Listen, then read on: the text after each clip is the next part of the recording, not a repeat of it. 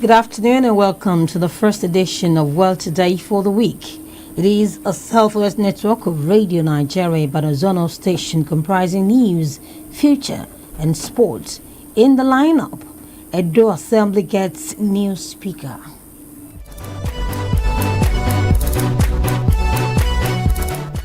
More reactions trail Governor Adeleke's re-election victory.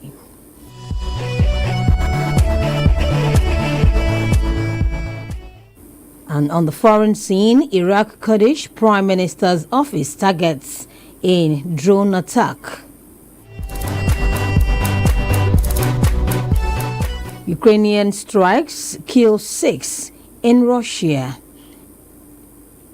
And heart of the matter is on implications of social media advice on the society, while feature is on shoe bill fish. My name is Olushola Akinokpo, and reading with me is Olubukola Enimola. Good afternoon. You can also track us on www.radionigeriaibadan or watch us live on Facebook at Premier FM 93.5. Your health matters. Stay warm as we experience cold weather. And now the news in full. A member representing Ekoko Edo Constituency 1, Mr. Yakini Diaye, has emerged as the new Speaker of the Edo House of Assembly. Mr. Diaye, a third-term lawyer, takes over from Blessing Agbebako, who resigned as Speaker this morning amidst moves by lawmakers to impeach him.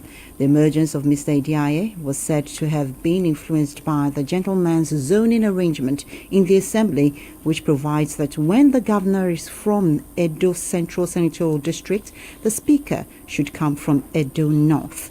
Mr. Diaye, being the oldest member from the Edo North Senatorial District, was subsequently elected Speaker. Without the zoning arrangement, the Deputy Speaker would have automatically succeeded Agbebako. A total of 511,067 votes to emerge victorious in the contest. The state returning officer, the Vice Chancellor of the Federal University, Oye-Ekiti, Professor Joshua Ogunwale, declared the result of the poll. Correspondent Mojisola Oladele has the details of the report. Speaking in an interview with Radio Nigeria, a chieftain of Accord Party, Mr. Oladele Familusi, who appreciated God over the outcome of the election, observed that Senator Ademola Adeleke fulfilled all the electioneering promises made during his first term in office. This, he said, endeared him. Support in Osogbo, Mojisola Oladele, Radio Nigeria.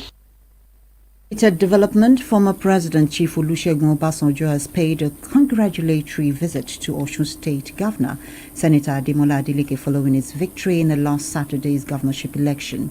Chief Obasanjo's visit came after Governor Adeleke was officially declared winner of the poll, securing a fresh mandate to lead the state for another 4-year term.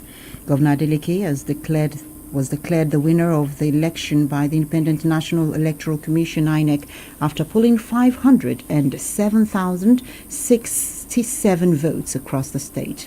The governor, who contested on the platform of the Accord, defeated his closest challenger, Alhaji Bola Oyebamiji of the All Progressives Congress (APC), who secured 444,815 votes.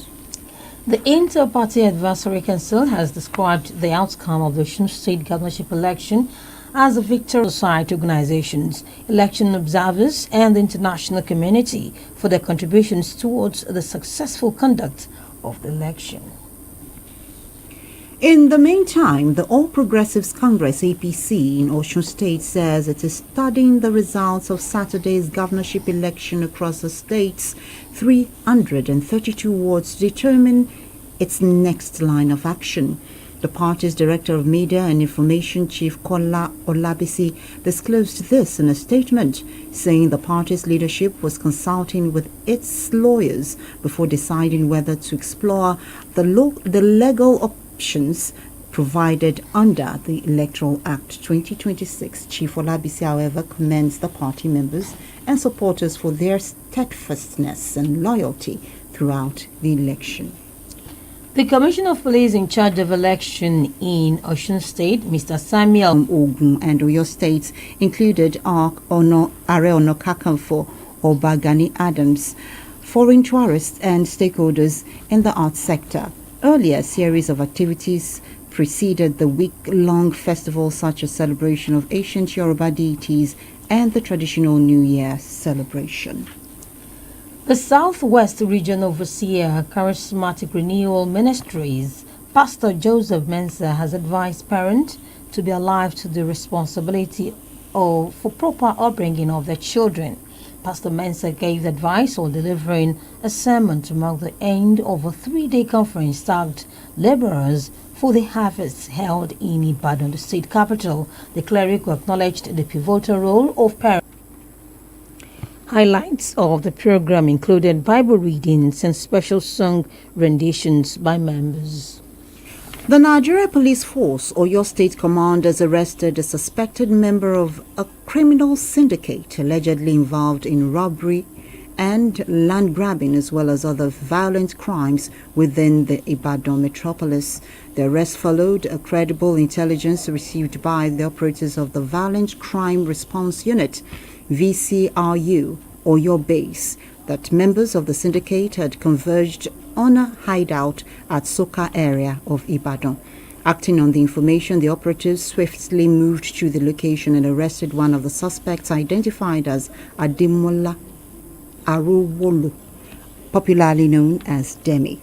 A search conducted during the operation led to the recovery of one fabricated English pistol, one long single-barrel gun, 9. Chancellor Dr. Toyin Daniel said juvenile delinquency tarnishes the image of the family and community. Hence, gradual management of delinquents requires collective efforts of stakeholders, including government at every level. Some of the effects of this juvenile delinquency could be increased rate of crime in the society, educational failure. Then we have increased substance abuse among our children. The economic burden on the family, which has shifted to the children, have made a negative effect on the society.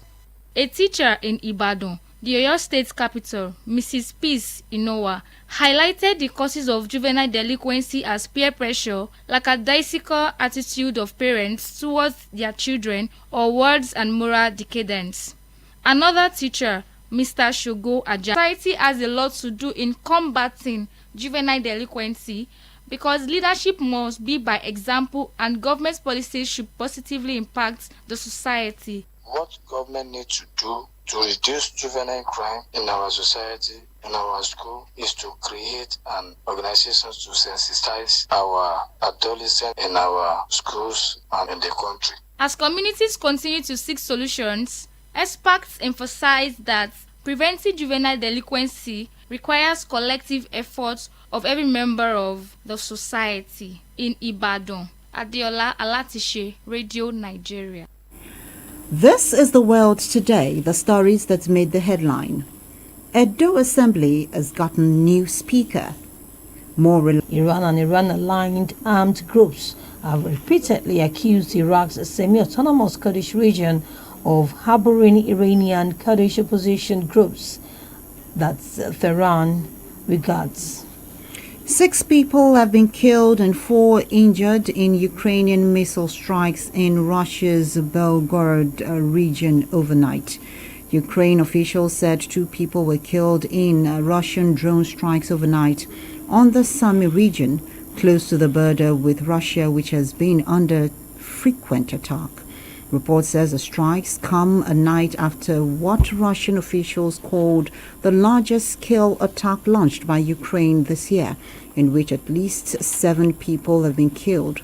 Russian attacks in Ukraine also killed at least 7 people and injured more than 39 over the weekend. An Ebola outbreak has now killed 2,300. It forms the basis of today's Heart of the Matter. It is written by Olawale Ashake of our Current Affairs Unit. Social media has become an integral part of daily lives. With just a few taps on their phones, Nigerians can access advice on health, relationships, business, education, parenting, finance, and virtually every aspect of life. While this has made information more accessible than ever, it has also created a new challenge. Not every piece of advice shared online is accurate, credible, or safe. Today, many people are quick to trust viral posts, influencers, and self-proclaimed experts without verifying their source. Unfortunately, this has led to serious consequences. Some have fallen victim of financial scams after following misleading investment tips. Others have a depression among many users. However, social media itself is not the enemy. It has helped millions of people learn new skills, grow businesses, access educational resources, and receive timely information during emergencies. Qualified professionals, government agencies, and reputable organizations also use the platforms to educate and empower the public. The real issue is not the availability of advice, but willingness to accept everything we read without questioning its authenticity. No doubt, social media have many benefits, including during emergencies where people share important information quickly. But not every piece of advice online deserves to be trusted. The number of information before acting on it or sharing it with others. Advice should be sought from credible sources, especially on matters relating to health, finance, education, and legal issues. Parents, schools, religious institutions, and the media also have important roles to play in promoting digital literacy and critical thinking. Social media is a powerful tool that can either build or destroy, depending on how it is used. That script on implications of social media advice on the society was written by Olawale Asake of our Current Affairs Unit and read by Ariola Dada. Shoebill fish is a mysterious animal with numerous features that make it unique. Let's join Emilia Ojemudia for details on the animal. Shoebill, often called a living dinosaur, is